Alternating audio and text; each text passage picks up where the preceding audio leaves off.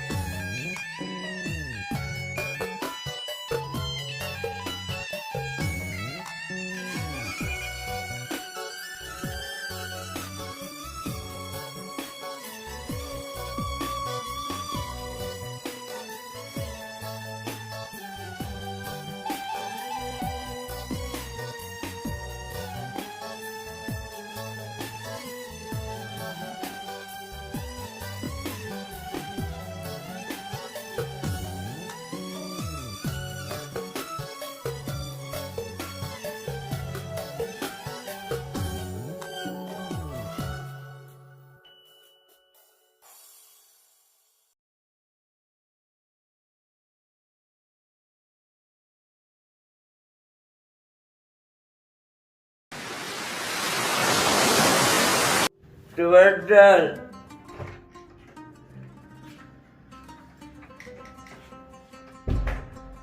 السلام عليكم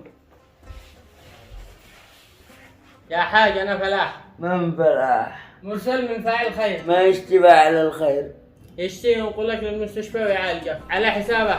وهل في هذا الزمن في فعل خير؟ يا حاج احنا أمة محمد والخير فينا ليوم القيامة.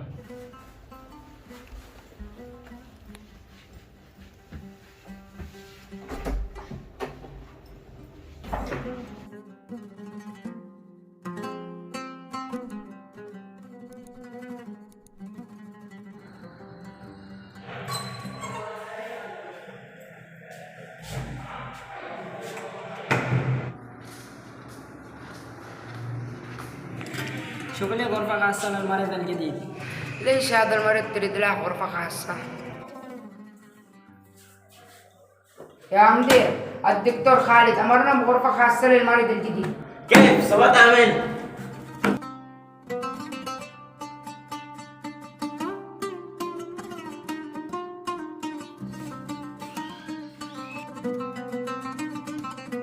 السلام عليكم. وعليكم السلام. ما دكتور خالد من المديرين، انا ولا انت؟ طبعا أنت. طيب انت بصفتك من تعجز غرفة خاصة للمرض الجديد؟ طيب تعرف من المريض الجديد؟ مرض زي اي مرض اخر. هذا الحاج عبد الرحمن صاحب هذا المستشفى.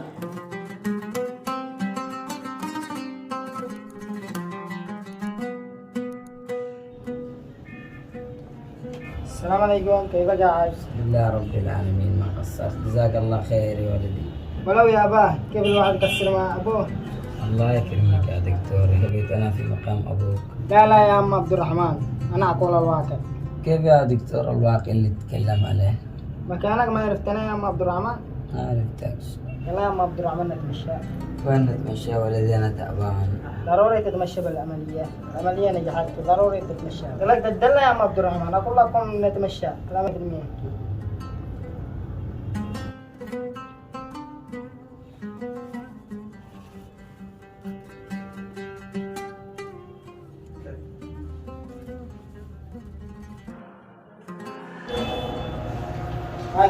كيف صرت يا عم عبد الرحمن؟ والله الحمد لله تمام. ظهرت علامات في وجهك، شكلك عزيم. عندي قصة في الماضي. والله المستشفى اللي ذكرنا بالماضي. ايش الماضي هذا؟ والله الماضي عندنا المستشفى وورثناه وكذا وحصلت بيني مشاكل أنا وأخي وأبي مات. المستشفى كانت طيبة. كلامك يا عم عبد الرحمن المحلى. فينا نهتم بالمستشفى للمظلوم، عليك انتم مكتوب مستشفى نفس هذا ونفس التخطيط. نفس التخطيط. لا.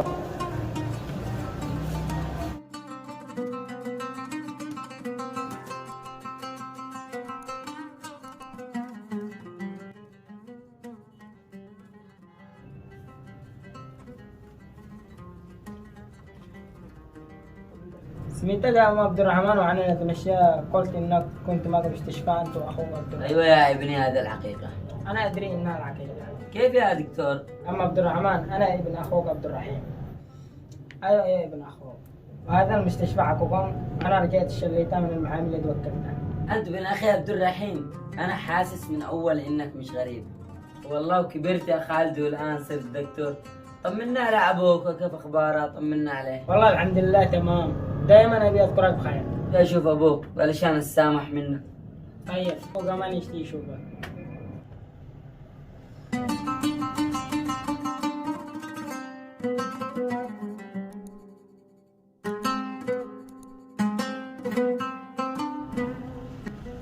يا أم عبد الرحمن، ما هي لك مفاجأة؟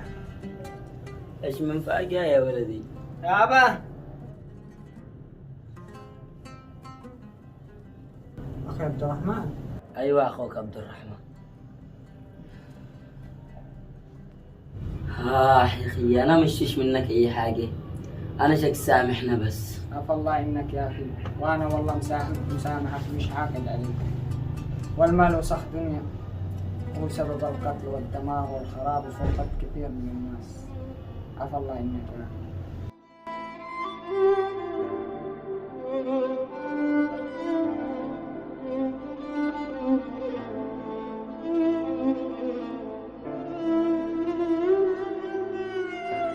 لا تخافش، احنا متخاويين ان شاء الله نضل الامر كده، ولا مش كده يا عبد الرحيم؟ صحيح يا بابا، مثل ما قال اخي عبد الرحمن، ان شاء الله نكون يد بيد. يا عبد الرحمن ما راحت حاجه على الوالد؟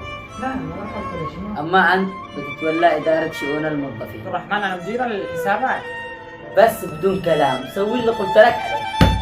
شوف يا محمد، انا عينتك مدير الحسابات للشركه، بس اسمع كلامي بالحرف الواحد، ولا اعتبر نفسك مسؤول. انا اقول لك كل مره لا تتعاطفش معاهم، كذابي، موظفين كذابي. يا اخي ظروف الناس صعبه. عادي، خذ قرض من البنك وسدد. شوف يا اخي عبد الرحيم، ما بش غير حل واحد. وايش هو الحل؟ نعمل حصر وراثة.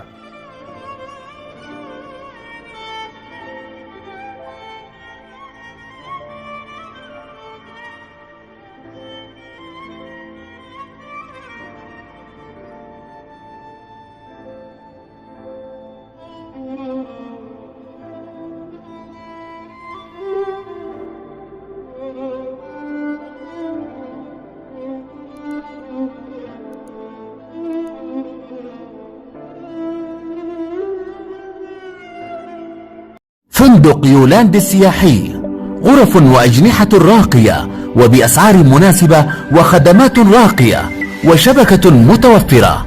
العنوان: الحديدة، بيت الفقيه، أمام ملعب العدل. للحجز والاستفسار التواصل مع الأرقام التالية: 03 333 999 أو 03 33 3374 أو 03 33 4477. فندق يولاند السياحي، المكان الأنسب لراحتك.